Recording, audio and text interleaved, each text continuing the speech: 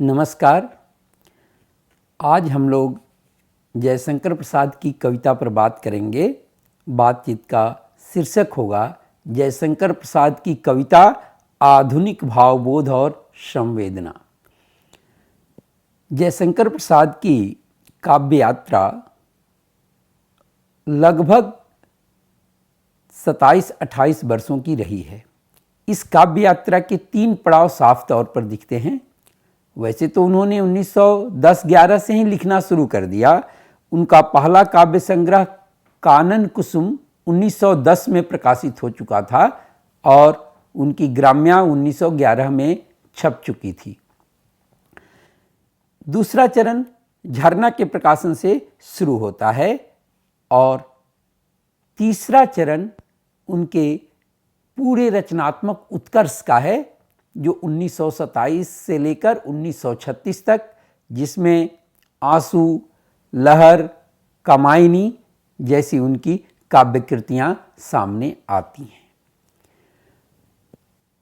प्रसाद के बारे में हम लोग यह जानते हैं कि वे छायावाद के सूत्रधार थे और छायावाद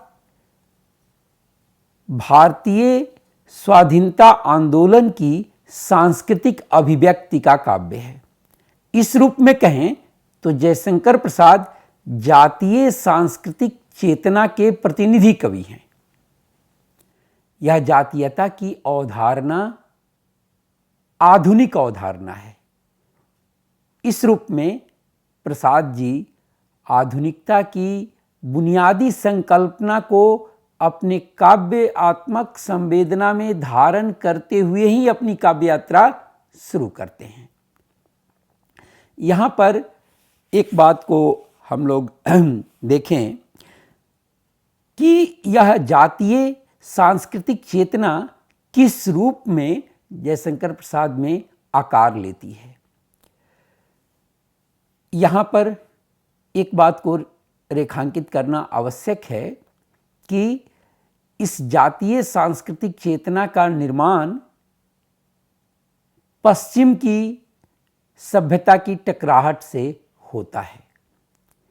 आगे हम लोग इस पर थोड़े विस्तार से चर्चा करेंगे, लेकिन आधुनिक भावबोध को स्पष्ट करने के लिए यहाँ इतना रेखांकित करना आवश्यक है कि पश्चिम का पूरा दर्शन बौद्धिकता पर केंद्रित था, तार्किकता पर केंद्रित था। हीगल जो पश्चिम का बड़ा दार्शनिक है, वो तो कहता है कि मानव जाति का ही क्यों, विश्वात्मा का विकास और प्रौढ़ावस्था पाश्चात्य तर्क बुद्धि के विकास का प्रतिफल है। प्रसाद जी तार्किकता और बौद्धिकता के इस पश्चिम के दावे के साथ मुठभेड़ करते हुए अपने काव्य को, अपनी काव्य की मान्यताओं को स्थापित करते हैं और अपनी काव्यगत संवेदना का निर्माण करते हैं। कैसे? इसे हम देखें, जो प्रसाद की सबसे उत्कृष्ट रचना मानी जाती है कामायनी, उस कामायनी का केंद्रीय भाव क्या है? कामायनी में प्रसाद जी दिखलाते हैं कि श्रद्धा बुद्धि की परिपक्व परिणति है। ईड़ा जो उस काव्य में, प्रबंध काव्य में बुद्धि की प्रतिनिधित्व करती है, वह ईड़ा कहती है, इसे दंड देने में बैठी या करती रखवाली में, यह कैसी है विकट पहेली कितनी उलझन वाली में, एक कल्पना है मीठी यह इससे कुछ सुंदर होगा, हाँ की वास्तविकता से अच्छी सत्य उसी को वर देगा। देखिए, यानी जो कल्पना है वह ज्यादा सुंदर होगी। जाहिर है कल्पना तार्किकता के एक विषम छोर के रूप में यहाँ सामने आती है। तो प्रसाद जी जो श्रद्धा की स्थापना करते हैं उसे बुद्धि की परिपक्व अवस्था बताते हैं, और बुद्धि के प्रति ईड़ा खुद इस बात को स्वीकार करती है। इस स्वीकारोक्ति से प्रसाद जी जातीय सांस्कृतिक चेतना को अभिव्यक्ति प्रदान कर रहे होते हैं। उस भावना संकुल जातीयता की चेतना को वे स्वर दे रहे होते हैं। इस तरह से हम देखते हैं कि प्रसाद के यहाँ आधुनिक भावबोध उनकी काव्यात्मक संवेदना का एक स्वाभाविक हिस्सा बनकर आता है। यहाँ से हम लोग थोड़ा और आगे बढ़ें। कमायनी पर ही मैं थोड़ी चर्चा और करना चाहूँगा। कमायनी के बारे में हम सब जानते हैं कि कमायनी की जो कथा है वो सतपथ ब्राह्मण से ली गई है। सतपथ ब्राह्मण के 8वें अध्याय में जल प्लावन की कथा है। देखिए, इस जल प्लावन की कथा के बारे में प्रसाद कमायनी की भूमिका में कहते हैं कि वह भारत के इतिहास की एक ऐसी घटना है जिसमें मनु को देवों से विलक्षण मानवों की एक भिन्न संस्कृति प्रतिष्ठित करने का अवसर दिया। देवों की सभ्यता अपनी ही उच्च श्रृंखलता से, अपने ही भोग विलास के अति से जर्जर होकर नष्ट हो गई।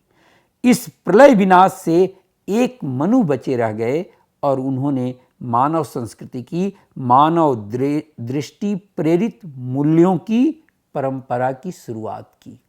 अब देखिए, देवलोक को नकार कर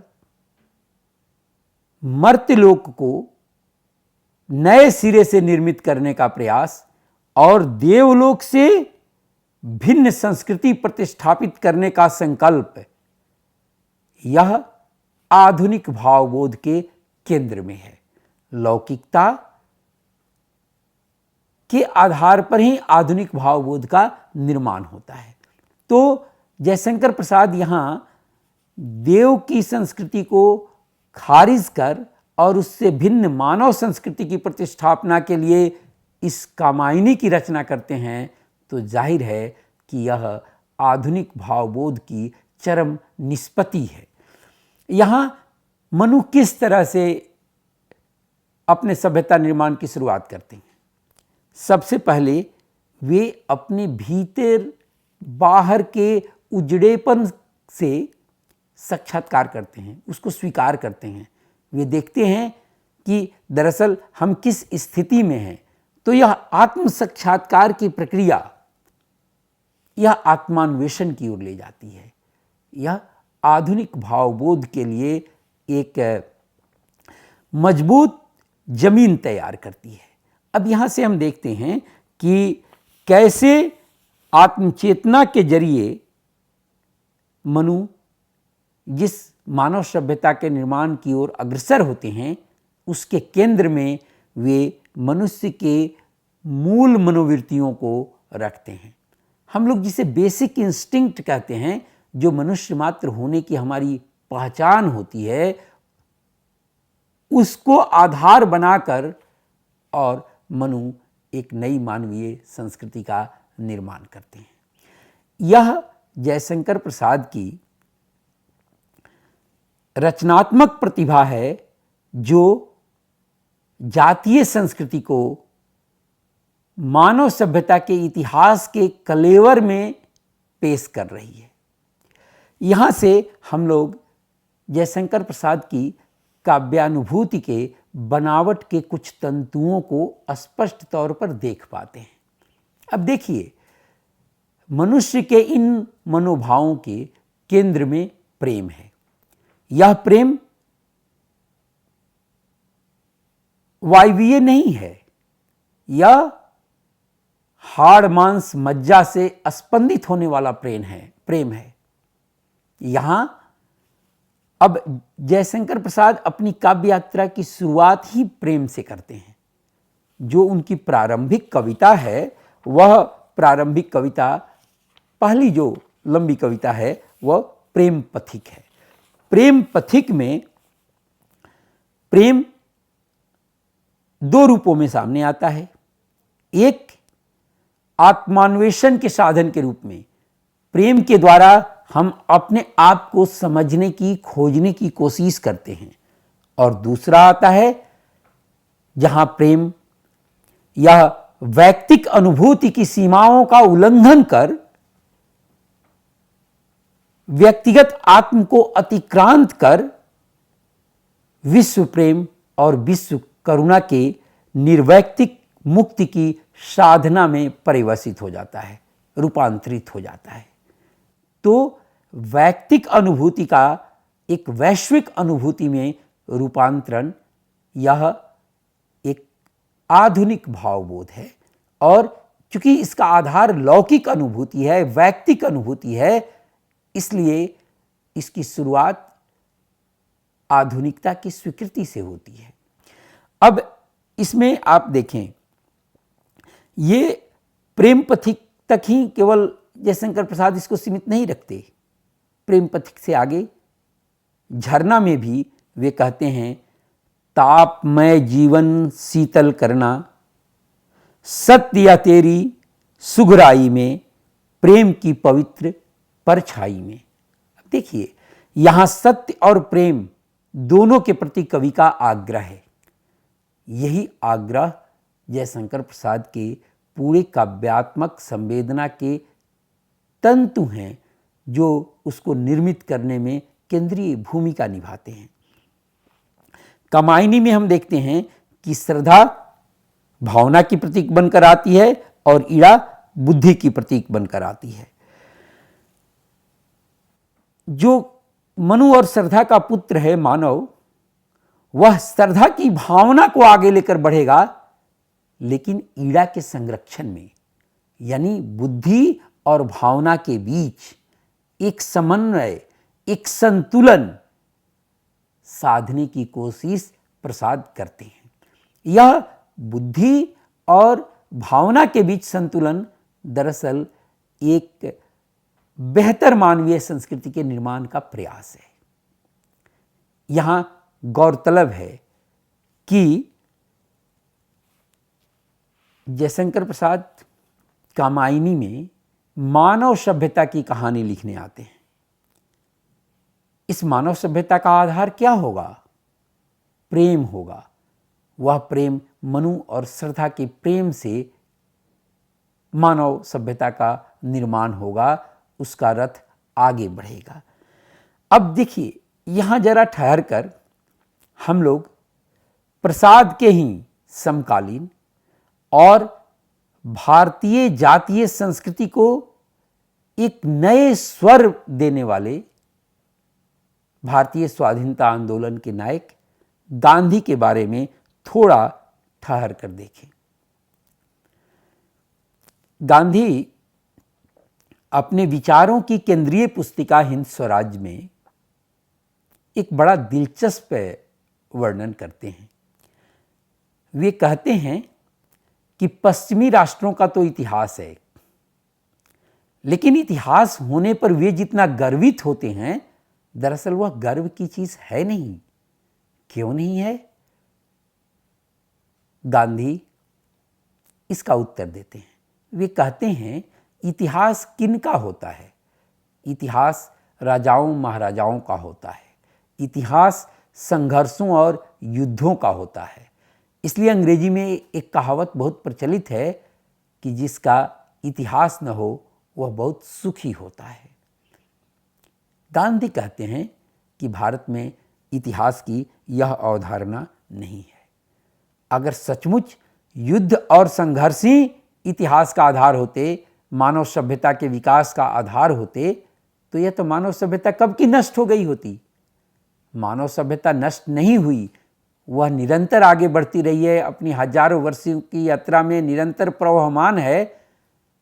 तो जाहिर है कि मनुष्य के अस्तित्व का आधार युद्ध और संघर्ष नहीं, प्रेम है, परस्पर का साहचर्य है, परस्पर की सहानुभूति और विश्वास है। मनुष्य के इस अस्तित्वगत जरूरत को गांधी रेखांकित करते हैं और वह कहते हैं कि भारत की जो सभ्यता है वह इसी प्रेम, साहचर्य, परस्पर विश्वास, सहानुभूति और सह अस्तित्व की भावना पर आधारित है। इसलिए हमको अपने इतिहास को यूरोप के नज़रिए से देखने की जरूरत नहीं है। वे कहते हैं कि अगर राजाओं का इतिहास हम देखें, राजवंशों का इतिहास देखें, तो महज 100-200 सालों तक चलता है, लेकिन प्रेम के आधार पर जो मानव सभ्यता आगे बढ़ रही है वह हजारों वर्षों तक आगे बढ़ती चली आ रही है। तो जाहिर है मानव सभ्यता के विकास का आधार प्रेम है। देखिए, एक समय में गांधी अपने राजनीति के द्वारा भारतीय संस्कृति के माध्यम से सभ्यतागत विकास की इस प्रक्रिया को रेखांकित कर रहे हैं। वहीं दूसरी ओर प्रसाद इस अनुभूति को दूसरे भिन्न धरातल पर ले जाकर एक पौराणिक कथा के माध्यम से मानव सभ्यता के इतिहास का एक नया फलक निर्मित कर रहे हैं और दोनों का जो मिलन बिंदु है वह प्रेम है। तो यह जयशंकर प्रसाद की पूरी काव्यात्मक संवेदना की बुनावट को समझने का मुझे ऐसा लगता है कि यह केंद्रीय तत्व है। इसके आधार पर जयशंकर प्रसाद की पूरी काव्यात्मक संवेदना को समझा जा सकता है। देखिए, यहां हम लोग अब एक दूसरे बिंदु पर चर्चा करते हैं। यहां जयशंकर प्रसाद पर चर्चा करते हुए जैनेन्द्र कुमार ने जो कहा उसे उद्धृत करने का लोभ मैं संवरण नहीं कर पा रहा हूं। जैनेन्द्र कुमार ने कहा कि मेरे भाव में वह पहले बड़े नास्तिक लेखक थे। उन्होंने कभी मस्तक नहीं झुकाया। हर मत मान्यता को, सामाजिक हो या कि नैतिक, धार्मिक हो या कि राजकीय, उन्होंने प्रश्नवाचकता के साथ लिया, किसी को अंतिम नहीं माना। उनकी अतिशय सप्रश्नता, प्रखर बौद्धिकता उन्हें उस जगह तक ले गई जहां खुद बुद्धि पर टिका रहना संभव नहीं रहता। अपनी परिपक्व परिणति में बुद्धि यह दिखाए बिना नहीं रह सकती कि वह अपर्याप्त है और श्रद्धा में ही पूरी हो सकती है। देखिए, आधुनिक भावबोध की शुरुआत जिस प्रश्नाकुलता से होती है, जयशंकर प्रसाद की काव्यात्मक बुनावट में वह केंद्र में स्थित है। जैनेन्द्र कुमार जब प्रश्नाकुलता को रेखांकित करते हैं तो जयशंकर प्रसाद की उस बेचैनी को वे अभिव्यक्ति दे रहे होते हैं, जो बेचैनी उन्हें भारतीय सभ्यता के उस पाठ से हो रही है जो यूरोपीय भारतविदों के द्वारा तैयार किया जा रहा है। प्रसाद उसके समानांतर एक अपना पाठ निर्मित करने का प्रयास कर रहे हैं और कहना न होगा, उस पाठ का आधार भावना है, उस पाठ का आधार प्रेम है और यही भावना और प्रेम आम व्यक्ति को जीवन का संबल प्रदान करता है। और भारतीय सभ्यता का इतिहास राजाओं महाराजाओं के नज़रिए से नहीं देखना है, बल्कि वह सामान्य जन के नज़रिए से देखना है। यहाँ प्रसाद अपने काव्यात्मक संवेदना को और एक ऊंचे धरातल पर ले जाते हैं। छायावाद के बारे में चर्चा करते हुए विजयदेव नारायण शाही ने कहा कि छायावाद का जो एक सबसे बड़ा उपक्रम है, जो उसे एक महान औदात्य प्रदान करता है, वह त्रासजनित विवेक को पावनता जनित विवेक में रूपांतरित करने का उसका परिश्रम है। देखिए, यह त्रास जनित विवेक को पावनता जनित विवेक में कैसे रूपांतरित किया जाए। प्रसाद की यह केंद्रीय चिंता है। प्रसाद इस प्रश्न से बहुत परेशान हैं और अपनी कविताओं में वे इस सवाल से जूझते हैं। देखिए, इस सवाल से केवल प्रसाद नहीं बल्कि उस समय की पूरी भारतीय मेधा जूझ रही है। निराला अपने तय इस सवाल से टकराते हैं, प्रसाद अपने तय इस सवाल से टकराते हैं और गांधी अपने तय इस सवाल से टकराते हैं। गांधी देखिए, त्रासजनित विवेक को समझने के लिए हमको इस बात को समझना होगा कि जिस विवेक, जिस तार्किकता पर पश्चिम इतना गर्व करता है, उसका पूरब ने किस रूप में साक्षात्कार किया। पूरब की अनुभूति में वह विवेक किस रूप में आया। विवेक की परिणति होती है साम्राज्यवाद की स्थापना में, भारत को गुलाम बनाने में, उपनिवेशवाद का प्रसार करने में, भारत के संसाधनों को लूटने में, यहाँ की गरीबी और दैन्यता को बढ़ाने में। तब यह विवेक कैसा होगा? तब यह विवेक त्रासजनित ही होगा और एक औपनिवेशिक समाज का यह स्वाभाविक अनुभव है, उसका अनुभव जनित यह संवेदना है। उसके लिए विवेक और तार्किकता त्रासदायक बनकर ही आती है। लेकिन आधुनिक दुनिया में विवेक का दामन नहीं छोड़ा जा सकता। तब इस विवेक को इस त्रासजनित अवस्था से पावनता जनित अवस्था में कैसे रूपांतरित किया जाए। गांधी का पूरा राजनीतिक आंदोलन इसी विवेक के स्थानांतरण का, रूपांतरण का आंदोलन है। आप देखेंगे गांधी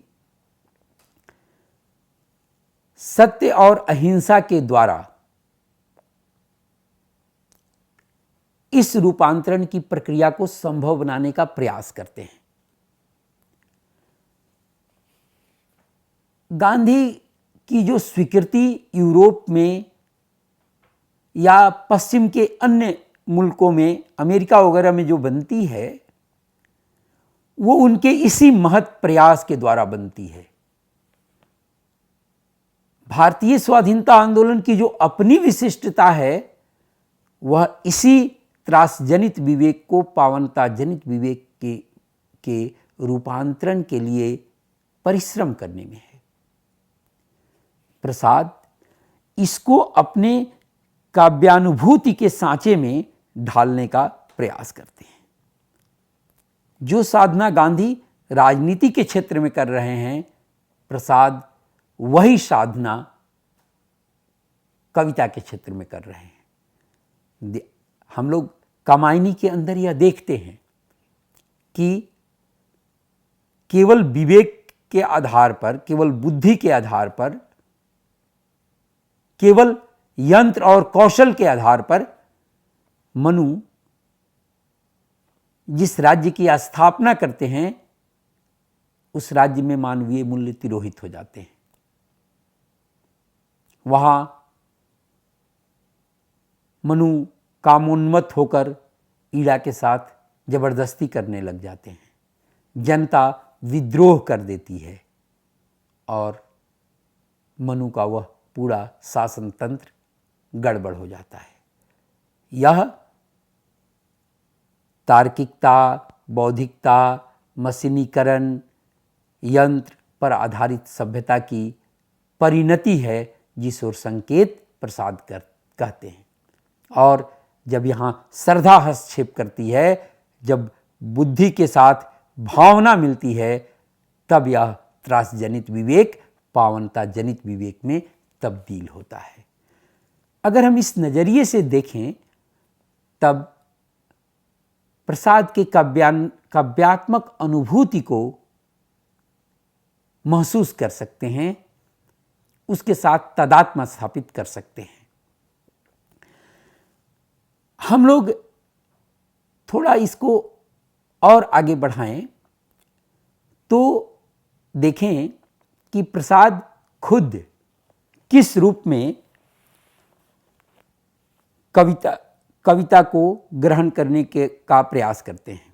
वे कहते हैं, सत्य को उसके मूल चारुत्व में आत्मा की संकल्पात्मक अनुभूति से ग्रहण करना काव्य का निर्माण करना होता है। अब देखिए, यह एक नितांत नई अनुभूति है।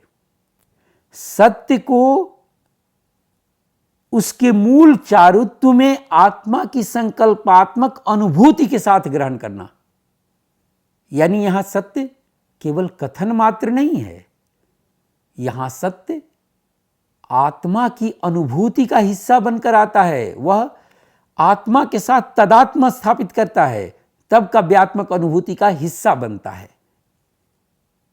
यह जो स्थिति है, यह आधुनिक भावबोध का भी एक ऐसा रूप है जिससे अब तक हिंदी कविता या यूं कहें भारतीय कविता अनजान थी।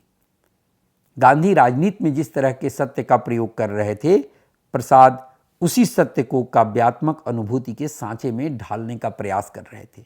लेकिन वह काव्यात्मक अनुभूति का विषय तभी बनेगा जब वह आत्मा की संकल्पात्मक अनुभूति से गुजरेगा, उसका हिस्सा बनेगा। जयशंकर प्रसाद के काव्यात्मक संवेदना को यहां से हम समझ सकते हैं। प्रसाद का जो काव्यात्मक आदर्श है, वह काव्यात्मक आदर्श क्या है? वे आर्यों की आनंदमूलक प्रकृति संवादी जीवन दृष्टि को स्थापित करना चाहते हैं, यानी समरसता जनित आनंदवाद। यह जयशंकर प्रसाद का काव्यात्मक आदर्श है। इस समरसता जनित आनंदवाद को कैसे स्थापित किया जाए? अब देखिए, यह आनंदवाद पश्चिम के आनंदवाद से भिन्न है। पश्चिम के आनंदवाद में भौतिकता केंद्र में है, लेकिन जयशंकर प्रसाद के आनंदवाद में भौतिकता केंद्र में नहीं है। वे जयशंकर प्रसाद के इस पहलू को जैनेन्द्र अपने शब्दों में इस रूप में बयां करते हैं, नकार और निषेध को लेकर उठने वाले दर्शनों का प्रसाद ने प्राणपण से निराकरण किया और उस दर्शन को प्रतिष्ठित करना चाहा जो जीवन के प्रति निरपवाद स्वीकृति का निमंत्रण देता है। हिंदुत्व की उनकी ऐसी धारणा ही थी। देखिए, अब इस आनंदवाद में केवल तीव्र रागात्मक संसृक्ति नहीं है, आंतरिक स्वातंत्र साधना और आत्मज्ञ पर अधिक बल है, अधिक आग्रह है। आत्मा की एकता इस आनंदवाद का स्रोत है। अब इस आनंदवाद को कैसे स्थापित किया जाए? जयशंकर प्रसाद ने इसको लेकर अपने पूरे काव्य का ढांचा निर्मित किया है। कमायनी का भी मुख्य उद्देश्य इसी समरसता जनित आनंदवाद की प्रस्तावना करना है। लेकिन यहाँ इस बात को रेखांकित करना आवश्यक है कि यह आनंदवाद पश्चिम के उपभोक्तावाद या भौतिक वस्तुओं में सुख की चाहत नहीं है, बल्कि इसका स्रोत व्यक्तिक स्वतंत्रता, आत्मा की उदारता और आत्मा के एक दूसरे आत्मा के साथ मिलन की प्रक्रिया से संभव होता है। तो इस आनंदवाद को कैसे स्थापित किया जाए, इसको लेकर प्रसाद सदैव सचेष्ट रहे। और अंत में मैं प्रसाद को समझने का एक और सूत्र मुझे लगता है कि आवश्यक है, वह है करुणा। करुणा प्रसाद के यहाँ केंद्रीय रूप से उपस्थित है। यह करुणा बौद्ध मनीषा की महाकरुणा है, जिसमें पूरे जीव जगत को समाविष्ट करने की क्षमता है। ये सारे तत्व मिलकर जयशंकर प्रसाद की काव्यात्मक अनुभूति का निर्माण करते हैं और इसी के आधार पर उनकी काव्य संवेदना को समझने का प्रयास किया जाना चाहिए। धन्यवाद।